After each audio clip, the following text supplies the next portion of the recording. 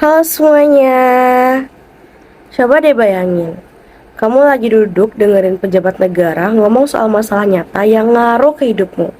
Tapi, kamu malah ngantuk dengerinnya. Kenapa bisa gitu ya? Hati dalam ekspansi dan pengambilan keputusan strategis. Yang kedua, optimalisasi pengeluaran pemerintah. Langkah efisiensi penggunaan anggaran seperti pengurangan. Dan sekarang, bayangin yang ini. Seorang kandidat presiden berdiri di panggung debat nasional menyebut nama korban KDRT yang meninggal karena laporannya diabaikan oleh negara. Serta seorang remaja berusia 15 tahun yang tewas saat demo dan tanpa keadilan sampai hari ini. Akan tetapi, seluruh ruangan itu terdiam mendengarkannya. Menyaksikan pada saat ini ada peristiwa seperti peristiwa Ibu Mega. Ibu Mega Suryani Dewi, seorang ibu rumah tangga yang mengalami kekerasan rumah tangga, lapor pada negara, tidak diperhatikan, yang dia meninggal korban kekerasan. Apakah akan dibiarkan? Tidak, ini harus diubah. Apa bedanya? Nah, di video kali ini, aku bakal ngejawab pertanyaan tersebut menggunakan formula Rich, yang mana Rich sendiri merupakan alat analisis komunikasi yang aku pelajari pada mata kuliah Public Speaking. Yang pertama, respect. Respect bukan soal sopan-sopanan, tapi sejauh mana pembicara memahami audiensnya sebagai manusia yang bisa berpikir sendiri. Aku ambil contoh pada video yang pertama, yang mana Menteri Pariwisata itu ngomongnya tuh satu arah banget teman-teman, bukan dua arah. Selain itu juga kontak matanya tuh minim, nadanya datar, kesannya tuh kayak membacakan laporan. Audiens gak diajak mikir bareng, cuman dikasih informasi doang. Sedangkan pada contoh video kedua, di debat Anies sendiri memilih untuk menyebutkan nama Mega Suryani Dewi, korban KDRT yang meninggal karena laporannya diabaikan. Harun Al-Rashid, seorang remaja berusia 15 tahun yang tewas saat demo pada 2019 dan tanpa keadilan sampai saat ini. Dia nggak pakai statistik, dia menyebutkan nama manusia yang nyata. Dan itu bentuk respect tertinggi kepada audiens, karena kamu tuh cukup penting tahu buat mengetahui informasinya. Yang kedua, empati. Empati di sini berbeda dengan simpati ya. Empati merupakan seorang pembicara itu harus masuk ke dunia audiensnya, bukan melihat dari luarnya doang. Seperti contoh Menteri Pariwisata, topiknya sebenarnya deket banget sama kehidupan nyata, seperti efisiensi, kelas menengah turun, pariwisata lesu. Tapi, cara penyampaiannya tetap melihat dari sudut pandang birokrasi. Jadi, nggak ada di mana audiens tuh ngerasa kayak, oh ini tuh tentang kita ya, ini tuh tentang aku ya, itu tentang gue ya.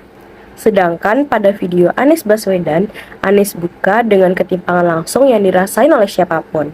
Contohnya, seorang milenial yang bisa menjadi kandidat wakil presiden, sementara ribuan milenial lainnya terkena gas air mata cuman karena berani mengkritik pemerintah.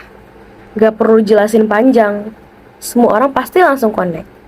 Dan itu merupakan empati yang sesungguhnya. Yang ketiga, audible. Audible bukan cuma sekedar suara keras, tapi soal volume, artikulasi, tempo, dan jeda. Seperti contoh pada video Menteri Pariwisata, temponya datar dari awal sampai akhir. Semua poin terasa sama pentingnya. Yang artinya, gak ada yang beneran penting. Gak ada juga jeda buat audiens nyerap informasinya. Sedangkan pada video Anies Baswedan, Anies sendiri sangat terkalkulasi. Waktu dia bilang hukum tajam ke bawah dan tumpul ke atas, dia diam sebentar. Biarin metafora ngendap dulu. Dan itu efeknya luar biasa. Kalimat itu diingat dari seluruh debatnya. Yang keempat, clarity. Perlu diingat, clarity itu bukan menyederhanakan, tetapi memastikan pesan tersebut agar tidak disalahartikan. Seperti contoh pada video Menteri Pariwisata, pesannya nggak memiliki satu inti yang jelas. Audiens keluar dan masih nanya, jadi kesimpulannya tuh apa? Nggak ada struktur yang transparan, nggak ada penutupan yang tegas. Jadi apa? Sedangkan pada video Anies Baswedan, seluruh argumen Anies berputar di poros yang sangat jelas. Indonesia harus jadi negara hukum, bukan negara kekuasaan. Semua contoh kasus, semua kritik, semua janjinya ngarah ke sana. Audiens nggak pernah bingung mau kemana arah pembicaraannya.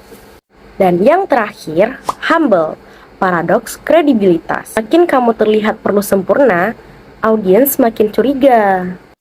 Seperti video Menteri Pariwisata, ia tampil dengan kesan yang harus terlihat memegang segalanya. Gak ada ruang buat ngakuin keterbatasannya. Dan justru, itu yang bikin pesannya gak autentik. Sedangkan pada video Anies Baswedan, Anies sendiri itu gak berpura-pura bahwasanya masalah hukum di Indonesia itu gampang diselesaikan. Dia ngakuin bahwa penegakan hukum yang imparsial itu berat. Dan justru karena itulah butuh komitmen serius dari pucuk pimpinan. Kejujuran itu yang bikin janjinya terasa nyata, bukan hanya sekedar retorika.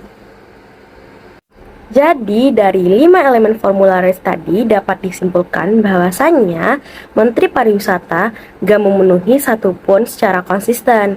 Bukan berarti isi pesannya yang salah, tapi cara penyampaiannya yang gagal membangun koneksi antara pembicara dan audiens. Sementara Anies Baswedan di debat Capres 2024 membuktikan bahwasannya public speaking yang kuat itu bukan soal jabatan atau soal seberapa banyak data yang kamu punya, tapi soal bagaimana cara kamu menghormati, memahami, dan benar-benar berbicara kepada manusia di depanmu. Dan itulah inti dari RECH. Sekian dari aku, terima kasih telah menonton. Dah.